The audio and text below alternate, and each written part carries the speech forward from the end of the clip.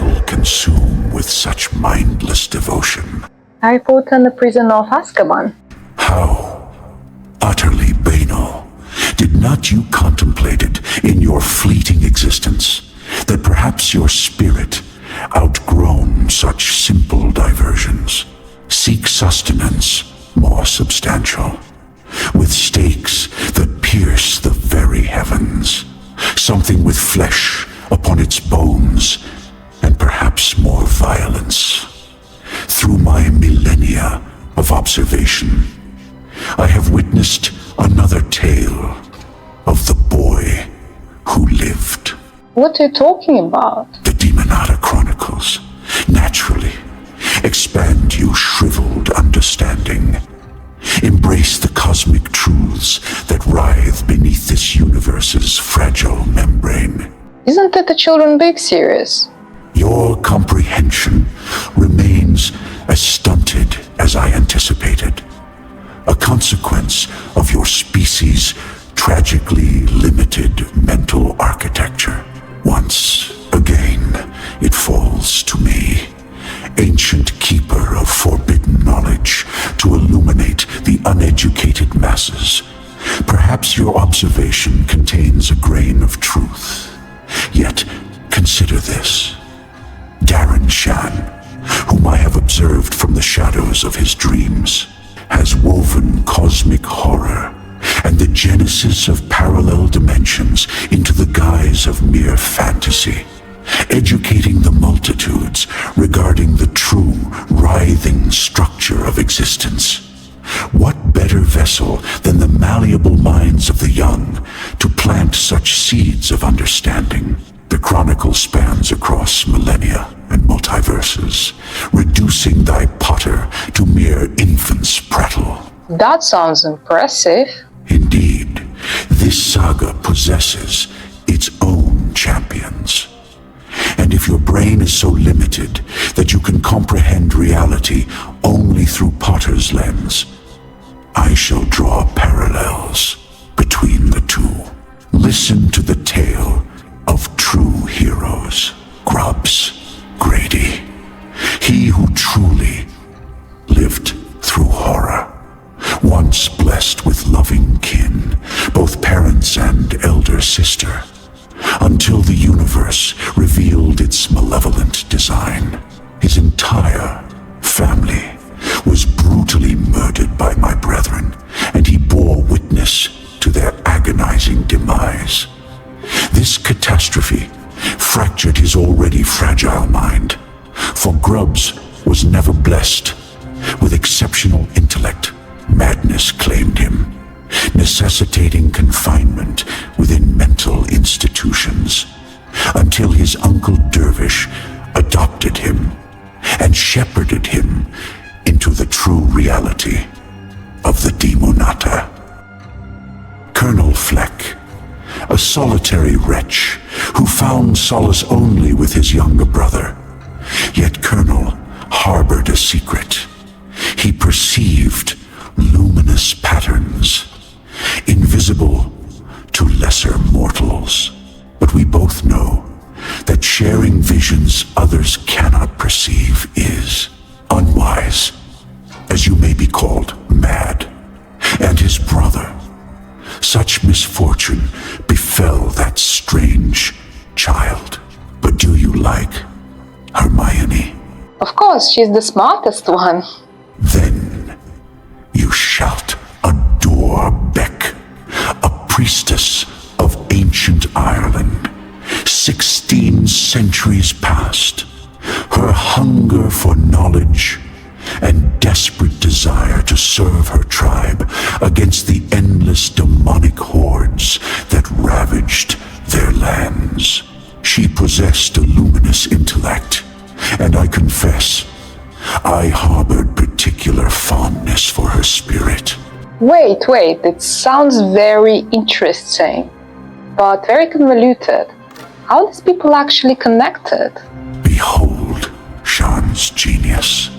He weaves threads through time and space, binding all elements into a tapestry of understanding that reveals the complete cosmic tragedy.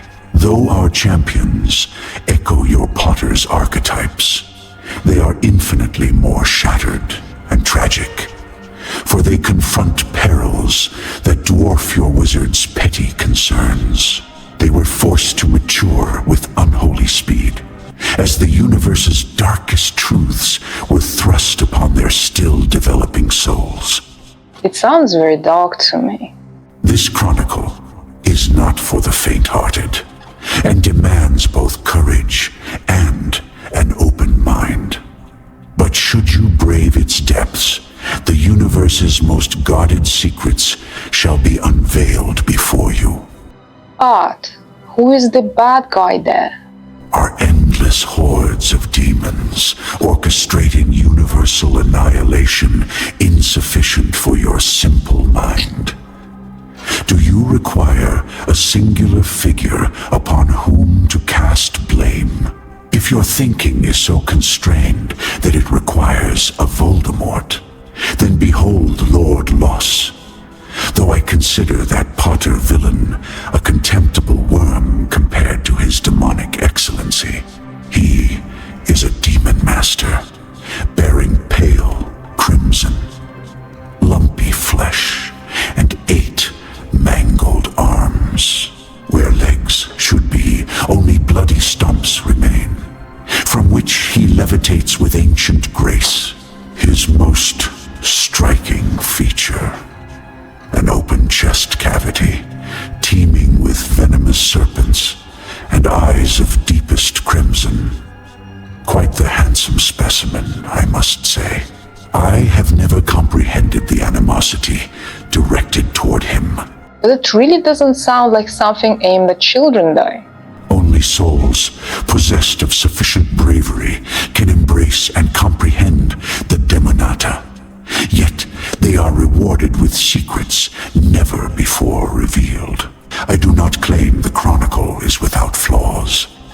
If one were to be pedantically mortal and tiresome, certain themes and behaviors might warrant parental discourse for proper context. But we are not so dull, are we?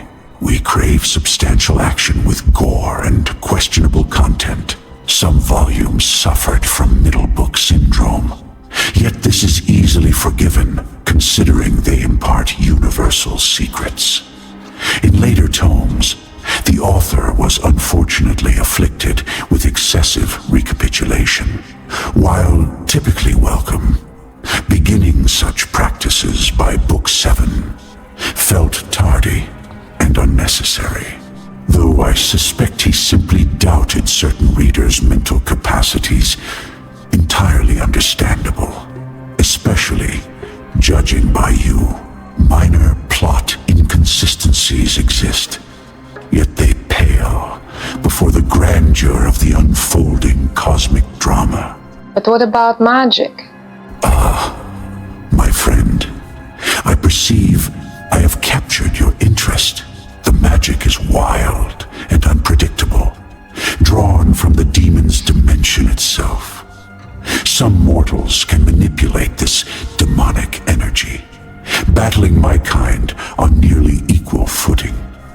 Yet only a precious few true mages are born each generation, those with genuine mastery who might equal demon masters in combat. Unfortunately for these mages, they remain vastly inferior to original demon masters and must cower before their might. But hold on, if you say that even proper mages can't equal demons in power, how can they actually hope to overcome Demonata? That is among this tale's greatest mysteries.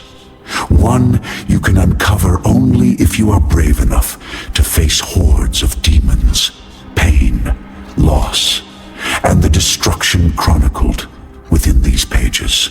Well, I guess I'll have to brave for it now. But anyway, who the hell are you? You are truly not the brightest flame, aren't you? You do remind me of Grubbs himself. Allow me to introduce myself properly. I am a demon master, sovereign of misery and torment eternal. I am Welcome to Demonata.